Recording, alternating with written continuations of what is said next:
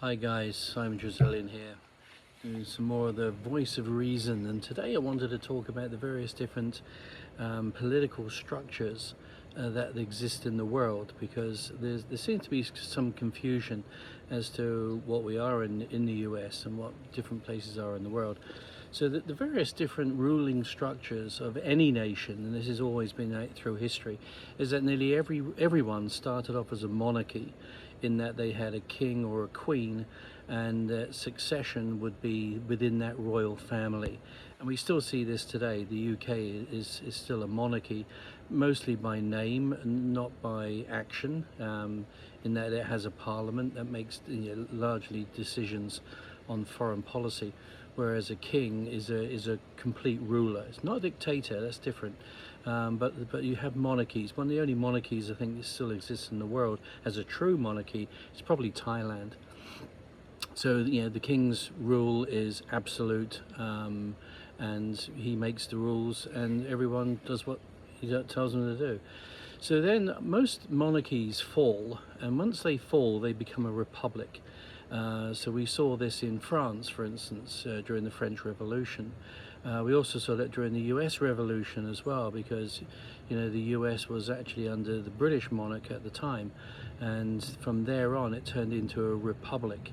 So a republic is different to a democracy. So even though a republic is ruled by the people, it's by the people's representatives, and they normally have some form of manifesto or some form of constitution. So the US, for instance, is not a democracy. The US is a constitutional republic.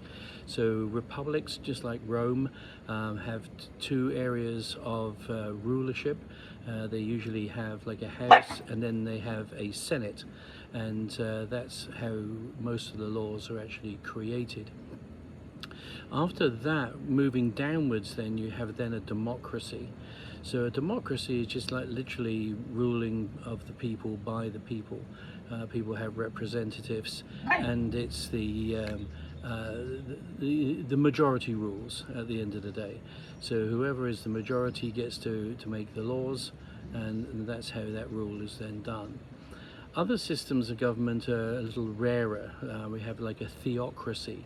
So a theocracy is when a ruling religion actually runs the country, and we see this at the present time in Iran. That is a theocracy. So it doesn't matter what the people say, doesn't matter what the actual government says. It depends on what the head of that religion actually says. Then you have a dictatorship, and we saw this during Germany during the 30s, and of course with Italy, and in Spain, where you had a dictator. So this is largely a person, an actual person, who rises by form of charisma, usually supported by a military junta, and they rule the country from there on. Then you have what is called a communist regime, and we see this in China. Even though China operates a little bit more like a dictatorship under Xi Jinping, rather than a normal communist state. And we see this even with Russia as well. So it's not real true communism. They normally have a Politburo, which is like a ruling class. And the same with the Chinese. They have the Chinese Communist Party, and it's that party that actually makes most of the rules. And therefore, it's everyone else just has to do what the party says. So you still have this whole thing of like the haves and the have-nots.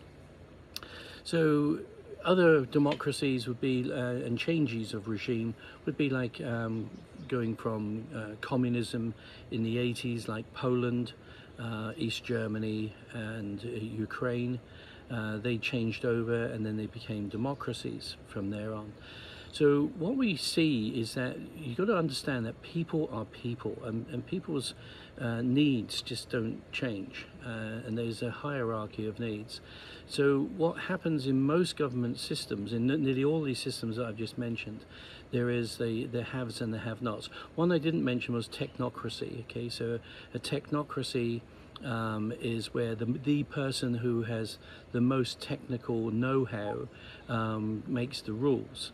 So it's not they're not voted in, they're appointed. We saw this recently in Greece. And the other one is a meritocracy, where the person who is most qualified gets to make the rules as well.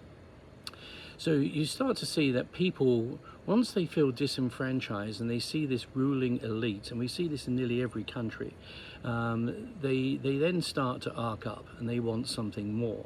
And that's where the revolution comes in. So the revolution then the people rise up, they throw off what they perceive as the oppressors, the people that have all the money, that have all of the wealth and all of the power. Hoping that then it would be shared out, and it's not. It's never shared out. Communism doesn't work. Same as socialism. It simply doesn't work. You simply run out of other people's money. So what happens, because you still have to rule, is that all of these systems then create a ruling class, and it's that ruling class that then oppresses the other people, just like a monarchy would, in the past. And we see this at the current state of affairs, even with a lot of Western countries, where the ruling class itself is usually based upon wealthy landowners or business owners or companies that have a disproportionate degree of wealth than anybody else. But what happens is that as soon as the communists take over, they start acting like capitalists. So automatically corruption comes in, and then whoever actually leads the coup or leads the Great Revolution surrounds themselves with these sycophantic people, and then they create like a Red Guard or a Politburo or an elitist Iranian, for instance, Revolutionary Guard. They surround themselves by loyalists, and they then try to suppress the people as well. So you see this never-ending cycle going from the haves to the have-nots, and eventually, as we saw with communist Russia after Glasnost, communist Russia, once upon a time the people couldn't leave, the bread queues, they were literally in this very grey communist society. As soon as the wall came down in Europe, then Russian communism turned into capitalism, and then you had all these oligarchs which still exist today. So all the wealth got redistributed to the party faithful.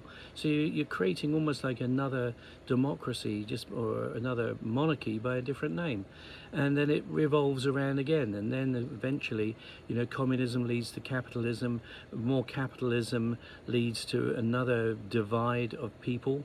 And that then leads to more interest in socialism, which is what you're seeing in the US right now. There's a disproportionate wealth gap. And that's why the young people who see that there's no way forward want to overthrow those who have the money and the power right now, but they won't know what to do with it once they get there. And then in order to keep that system, they then have to go into their own form of corruption as well. So this is the human condition, unfortunately. But that gives you a bit of an understanding as to the various different ways that governance is actually done with humans. And the truth is that pretty much none of them work. So it's about time we came out with a different system. Do I have a system? I've given it some thought, but that's for another video. Okay, this is Simon Giselian, Voice of Reason, out to you.